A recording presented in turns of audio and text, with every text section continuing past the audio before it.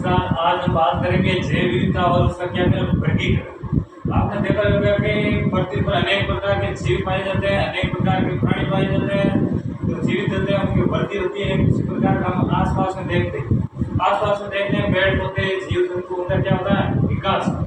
तो क्या है जैव विविधता, यानी जीवन का जो भी प्राणी है ना जीवित, उसको क्या अलग अलग क्या कह रहे हैं वर्गीकरण।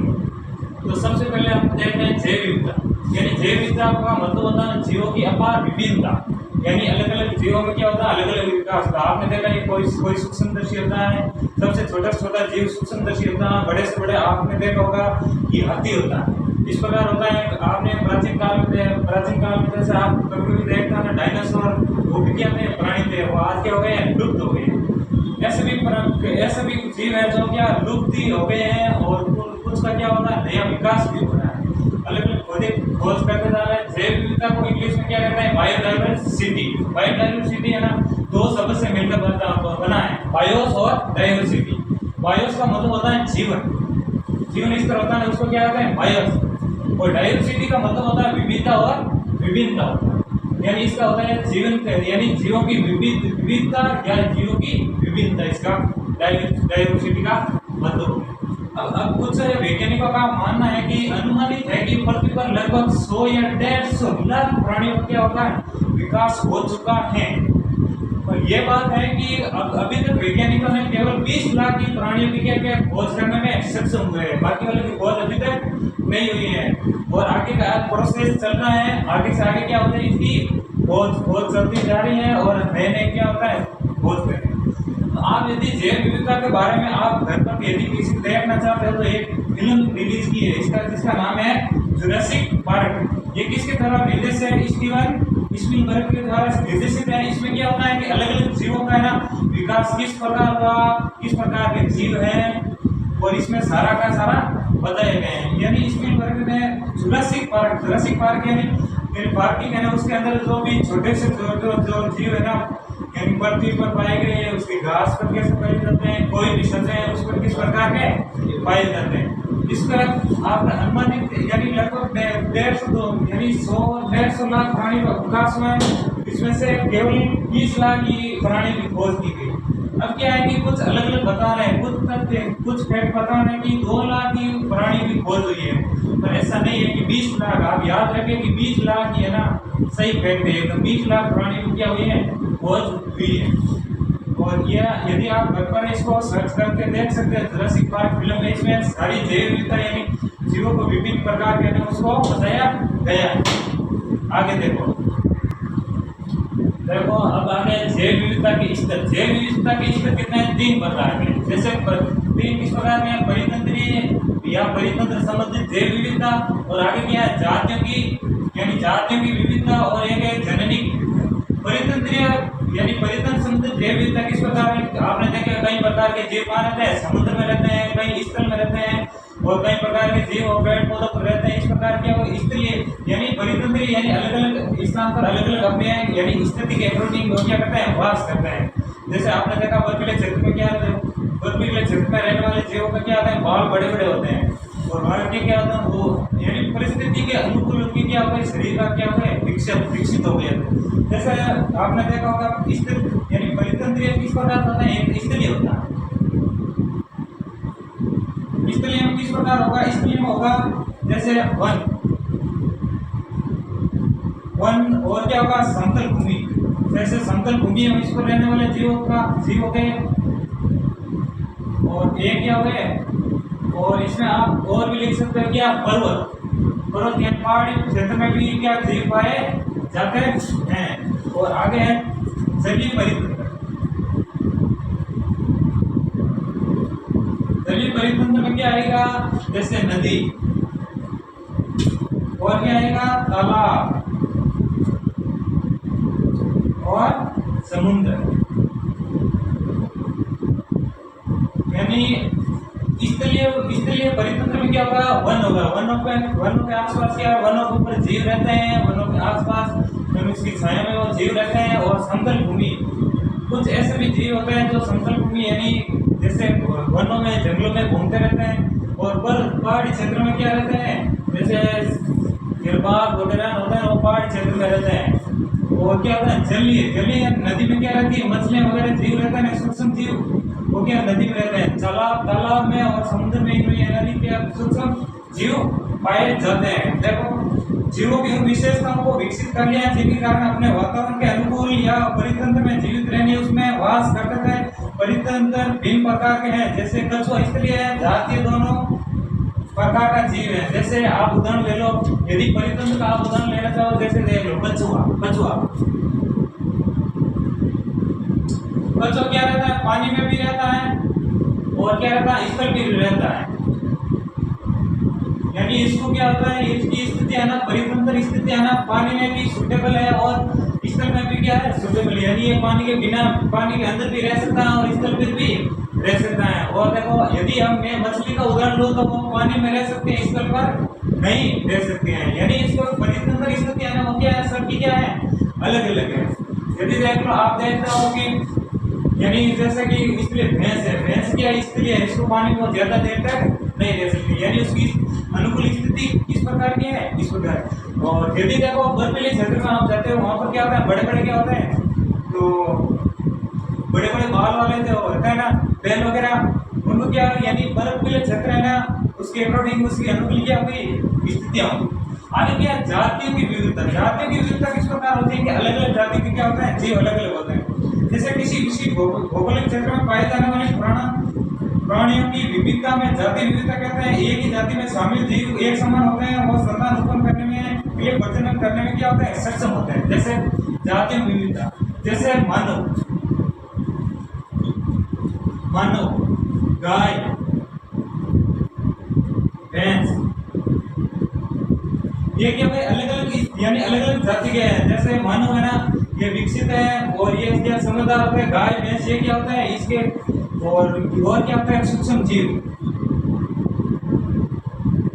ये अलग अलग जाति के हैं। जैसे इसका आकार बहुत छोटा सूक्ष्म होता है, इनका आकार बड़ा होता है, इनका भी आकार बड़ा होता है, यानी इनका आकार क्या होता है, अलग अलग जाति के अलग अलग आकार के पाए जाते हैं। और क्या, जननिक विविधता। जननिक विविधता किस प्रकार होती है कि एक समान जाति वाले क्या एक जन्म कर सकते हैं और आगे क्या, आगे की पीढ़ी क्या कर सकते हैं, विकसित कर सकते हैं। यानी संतान की उत्पत्ति, यानी वंश परंपरा को आगे क्या बढ़ाते हैं, वंश को आगे बढ़ाते हैं।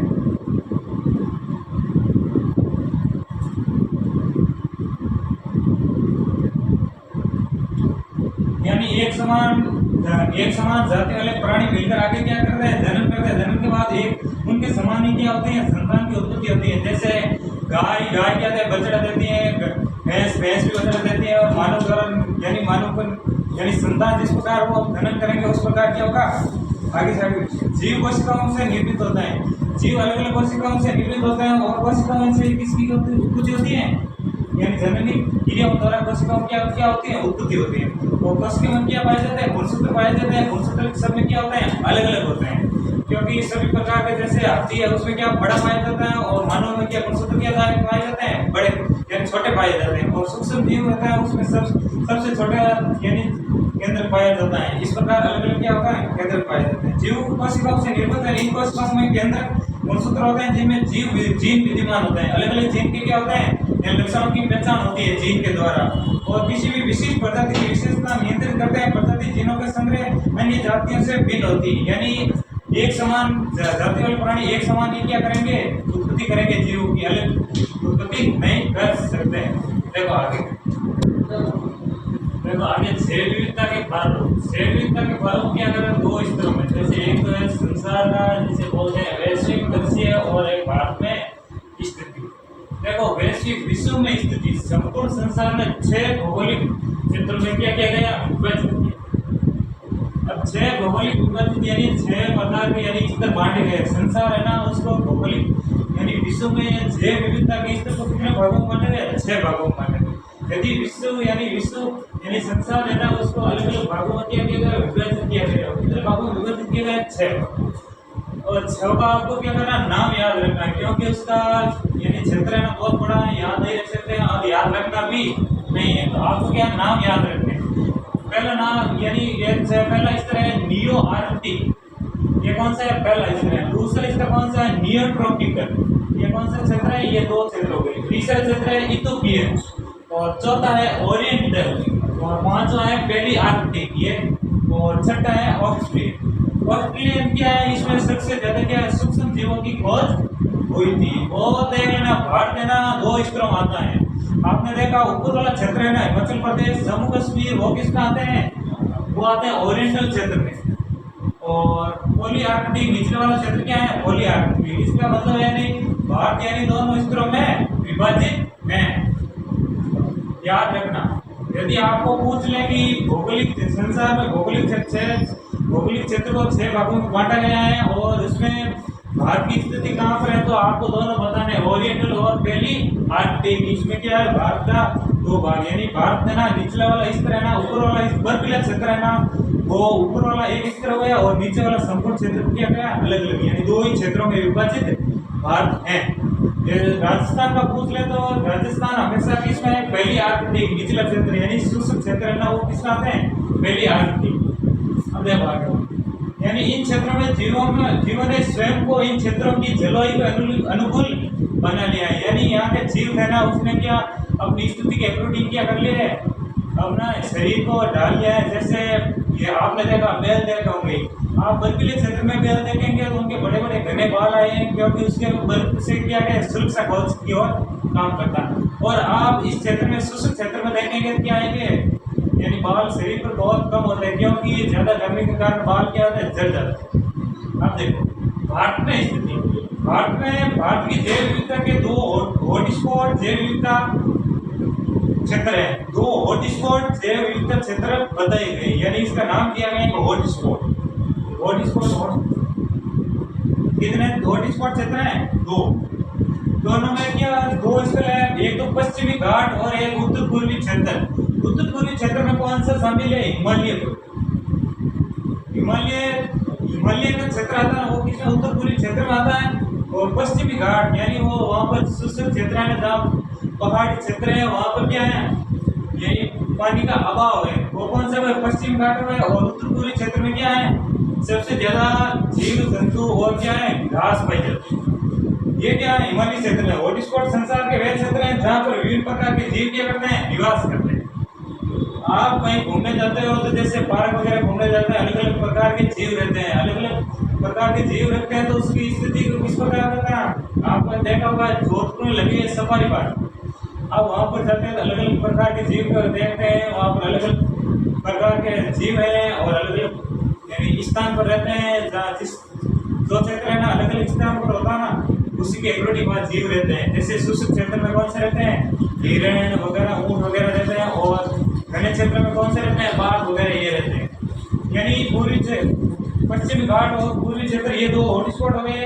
और उत्तर पूर्वी क्षेत्र में हिमालय शामिल हो गया। हॉटस्पॉट संसार के वे क्षेत्र हैं जहाँ विभिन्न प्रकार के क्या है? पेड़ पौधे और जंतु विभिन्न प्रकार के जीव रहते हैं। इनमें कहीं जीव किसी अन्य स्थान पर नहीं पाए जाते हैं। यहाँ पर ऐसे ही जीव पाए जाते हैं वो अन्य आपको संसार में कहीं भी नहीं दिखाई देंगे। यानी पेड़ पौधे और जंतु हमारी क्या है? धरोहर है। धरोहर की सुरक्षा करना ही हमारा क्या है? कर्तव्य है। और सबकी सुरक्षा करना। और जीवों का वर्गीकरण क्या दर्शाता है? जीवों का वर्गीकरण क्या है? जीवों का विकास का क्रम किस प्रकार दर्शाता है कि जैसे छोटे छोटे जीव पैदा होते हैं वो बड़े होते हैं स्थिति के अकॉर्डिंग क्या होते हैं? बड़े होते हैं। इससे इंग्लिश में क्या कहता था? सिस्टमेटिक कहते हैं। यदि जीवों का वर्गीकरण का विज्ञान को हम क्या कहेंगे? टैक्सोनॉमी। ये नाम याद रखना है। यानी जीवों का वर्गीकरण के विज्ञान को क्या कहते हैं? टैक्सोनॉमी। और सिस्टमेटिक क्या कहते हैं? जीवों का वर्गीकरण यानी विकास का क्रम का संबंध दर्शाता है। ये क्या है? यानी जीवों का विकास होना उसी प्रकार का क्या देगा? क्रम देगा। सबसे पहले है जगत एनिमोलिया जिसमें क्या आता है? सभी जंतु आते हैं।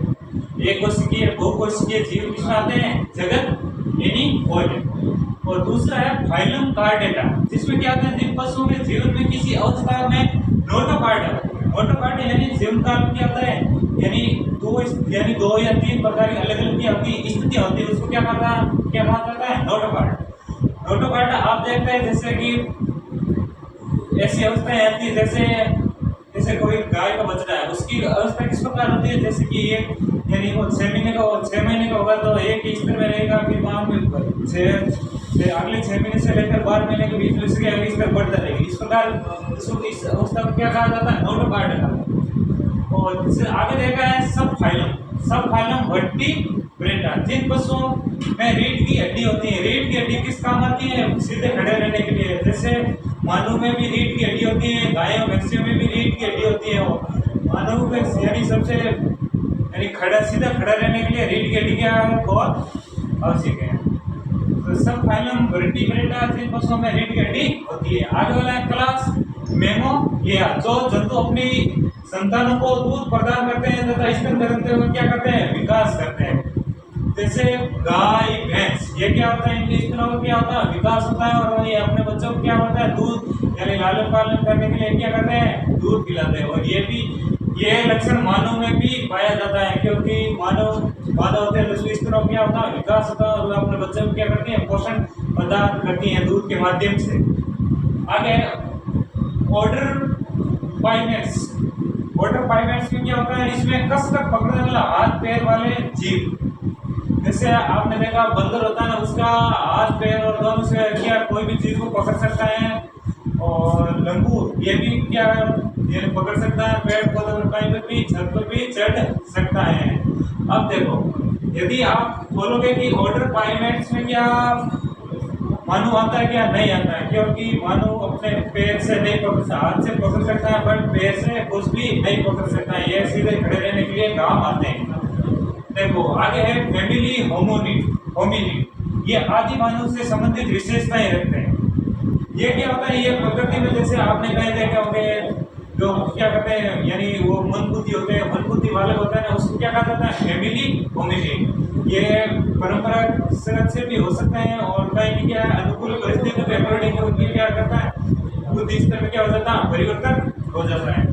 और आगे है वंश होमोसेपियंस में क्या होता है, सभी प्रकार के मानव आते हैं। ये क्या है, सबसे बुद्धिमान जीव होता है, यानी सबसे आपको होता है धरती पर सबसे बुद्धिमान जीव कौन सा होता है, मानव ही होता है। मानव का वैज्ञानिक नाम क्या, होमोसेपियंस है। होमोसेपियंस क्या, मानव का क्या है, वैज्ञानिक नाम है। सभी प्रकार के जीव जंतुओं का क्या वैज्ञानिक नाम दे रखा है। आपको वैज्ञानिक नाम इसमें नहीं पढ़ना, आगे वाला यूनिट देखो। अब एक बार देख लो इसका, यानी जीवों का वर्गीकरण क्या कर्म का संबंध दर्शाता है, जिसे अंग्रेजी में क्या कहते हैं, सिस्टमैटिक कहते हैं। जीवों का वर्गीकरण विज्ञान को क्या कहता है, टैक्सोनॉमी कहते हैं। जगत है एनिमोलिया और phylum chordata, sub phylum vertebrata, class mammalia, order primates, family hominid, वंश होमोसेपियंस। ये क्या था, सबसे बुद्धिमान जीवों का, ये जीवों का क्या हो गया, वर्गीकरण हो गया। आगे देखो, यानी वर्गीकरण के 3 प्रभाव क्षेत्र है।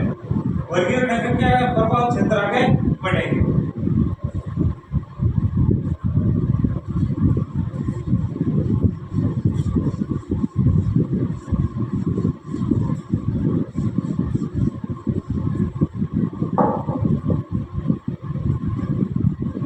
वर्गीकरण में कितने क्षेत्र है, जीवों का वर्गीकरण का प्रभाव क्षेत्र है भाई मार्कशीट कोणी एवढी मिळते वर्गीकरण के प्रभाव क्षेत्र कितने हैं, 3। सबसे पहले आपको क्या करना, नाम याद रखना है और उसके बारे में ये क्या होते हैं। देखो आर की बैक्टीरिया, इसमें क्या होता है, एक कोशिका वाले जीव होते हैं। एक कोशिका वाले जीव होते हैं वो क्या होते हैं, उष्णप्रिय बैक्टीरिया होते हैं। वो सबसे गर्मी वाले गर्म क्षेत्र में पाए जाते हैं, यानी उनका तापमान क्षेत्र क्या होता है, उच्च होता है। यू बैक्टीरिया होता है जो बिना सुविकसित न्यूक्लियस के मात्र एक कोशिका वाले जीव होते हैं। यानी न्यूक्लियस होता है ना, वो क्या होता है, न्यूक्लियस एक यानी विकसित होना चाहिए न्यूक्लियस, यानी उसका केंद्र क्या होना चाहते हैं, न्यूक्लियस होता है ना, केंद्र को पाया जाने वाला, वो क्या होता है ना, विकसित होना, बिना विकसित होना चाहिए, यानी वो विकसित नहीं होना चाहिए। यानी केंद्र में पाया जाने वाला ये न्यूक्लियस होता है ना, वो विकसित नहीं होना चाहिए। वो किस श्रेणी में आता है, यू बैक्टीरिया। और तीसरा है यूकेरिया, ये अन्य सभी जीव जिनकी कोशिकाओं में सुविकसित केंद्र पाया जाता है। मनुष्य किसमें आता है, यूकेरिया में आता है। बाकी अलग क्या होता है, सूक्ष्म जीवों के, ये दो क्या है, सूक्ष्म जीवों का क्या है, वर्गीकरण है। एक तो है जो उच्च तापमान वाले क्षेत्र में होता है, और एक ये होता है जिसके केंद्रक होता है, केंद्रक में न्यूक्लियस होता है, वो विकसित नहीं होना चाहिए। वो क्या होता है? ये बैक्टीरिया। देखो, जीव के 5 जगत प्रणाली, पंच जगत प्रणाली दी गई है, जिसको किस प्रकार का अलग अलग यानी पार्ट में बांटा गया है। 5 किस प्रकार है? पहली है मोनेरा, दूसरी है प्रोटिस्टा या प्रोटिस्टा, और तीसरी है कहो क्या फंजाई, चौथी है प्लांटी या पादप, पांचवी है एनिमोलिया। ये क्या है? पंचगत प्रणाली है। पंचगत प्रणाली मोनेरा। मोनेरा क्या होता है? एक कोशिका वाले कोई सुस्पष्ट केंद्रक नहीं, यानी एक कोशिका वाला जीव होना चाहिए, और उसमें क्या होना चाहिए? केंद्रक बिल्कुल भी नहीं सुनिश्चित है, यानी सुस्पष्ट केंद्रक नहीं होना चाहिए उसका। इसको बोलते हैं प्रोकैरियोट। इसमें इसका उदाहरण क्या है? बैक्टीरिया। बैक्टीरिया में क्या होता है? केंद्रक नहीं पाया जाता है। कोई भी एक कोशिकीय जीव है और उसमें क्या बैक्टीरिया नहीं पाया जाता है। दूसरा है प्रोटिस्टा या प्रोटिस्टा, जिसमें एक कोशिका वाले जीव और सुनिर्मित होते हैं। एक कोशिका वाले जीव और सुनिर्मित, यानी उसमें क्या होता है? केंद्र का क्या होता है? विशेष स्थान होता है। उसका उदाहरण होता है प्रोटोजोआ। प्रोटोजोआ क्या होता है? किस पर? बैक्टीरिया पर निर्भर रहता है। ये बैक्टीरिया क्या करते हैं? भक्षण करते हैं। ये दोनों आपस में क्या है? संबंधित है। ये कवक या फंजाई, ये इसको बोलते हैं यूकेरियोट। ये बहुकोशिकीय मस्तकोशी होते हैं। ये कुंभी। ये क्या होता है? किसी भी कोई भी क्षेत्र में कहीं भी कोई कचरा, कूड़ा कचरा बड़ा हुआ होता है, उसमें क्या होता है? ये जीव विकसित हो जाता है, उसको हम क्या बोलते हैं? कुंभी बोलते हैं। और आपने देखा है इधर यानी पश्चिम राजस्थान में कुंभी का क्या करते हैं? इसका सब्जी भी बनाते हैं। ये क्या है? मांसाहारी है। आगे क्या है? प्लांटी या पादप। पादप क्या होता है? यूकेरियोट बहुकोशिकीय स्वकोशीय होते हैं, फर्निया पौधे। ये करते हैं, ये पोषण अपना क्या करते हैं? स्वयं बनाते हैं। पौधा है ना, वो क्या करता है? प्रकाश का क्या करता है? संश्लेषण करता है। और ये स्वकोशीय बहुकोशिकीय यानी बहुकोशिकीय, यानी जीव किस प्रकार का होता है? इसमें बहुकोशिकीय अनेक छोटी छोटी कोशिकाएं से मिलकर बने हुए होते हैं। मानव शरीर भी अनेक कोशिकाओं से मिलकर बना हुआ है। आगे है एनिमोलिया। एनिमोलिया को क्या बोलते हैं? जंतु। यूकेरियोट या बहुकोशिकीय विषमकोशी जीव होते हैं। ये यूकेरियोट बहुकोशिकीय विषमकोशी जीव होते हैं। इसका उदाहरण है केंचुआ और बिल्ली। ये क्या होता है? एनिमोलिया या जंतु श्रेणी में आते हैं। अब देखो, एक बार देख लो, वर्गीकरण के प्रभाव क्षेत्र कितने हैं? 3 है। आर्किबैक्टीरिया, दूसरा यूबैक्टीरिया और तीसरा यूकेरिया। ये 3 हो गए जीवन के पंचगत प्रणाली है। इसमें हो गए मोनेरा, प्रोटिस्टा, कवकफंजाई, प्लांटी पादप, एनिमोलिया या जंतु हो गए। ये क्या हो गए? पंचगत के क्या हो गए? नाम हो गए। और इनका एक एक उदाहरण याद रखना। आपको सीधा यही पूछेंगे पंचगत प्रणाली में 500 के क्या करना है? नाम लिखना है, और उसको क्या करना है? व्याख्या करनी है, और उसको उदाहरण लिखना है। जैसे मोनेरा का हो गया बैक्टीरिया, और प्रोटिस्टा का हो गया प्रोटोजोआ, और कवकफंजाई का हो गया कुंभी, और प्लांटी या पादप का क्या हो गया? फर्न और पौधा, और एनिमोलिया का क्या हो गया? केंचुआ या बिल्ली हो गया। जैव विविधता का क्या करना? संरक्षण। जैव विविधता यानी मनुष्य की गतिविधियों के कारण बहुत सारे अन्य जीव जीवन संकट में पड़ गए हैं। इस प्रकार है, यानी आसपास के पेड़ पौधों के अंदर कटाई हो रही है, उससे जीवों का क्या करता है?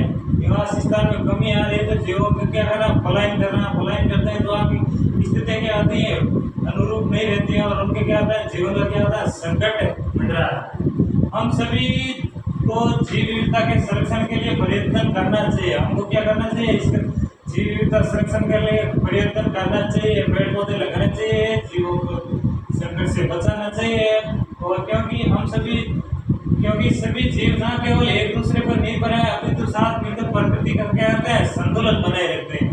यानी प्रकृति में हमें सब प्रकार के फल फूल सब्जियां मिलती है। यदि हम यानी मैदान रखेंगे नहीं, तो फल फ्रूट यानी सब्जियां पेड़ पौधे कहाँ उगाएंगे, और जीवन की क्या करते? आपूर्ति पूरी नहीं हो पाएगी। हमारे देश के पेड़ पौधे और जंतु हमारी क्या है? धरोहर है। धरोहर का हमेशा क्या करना चाहिए? संरक्षण करना चाहिए।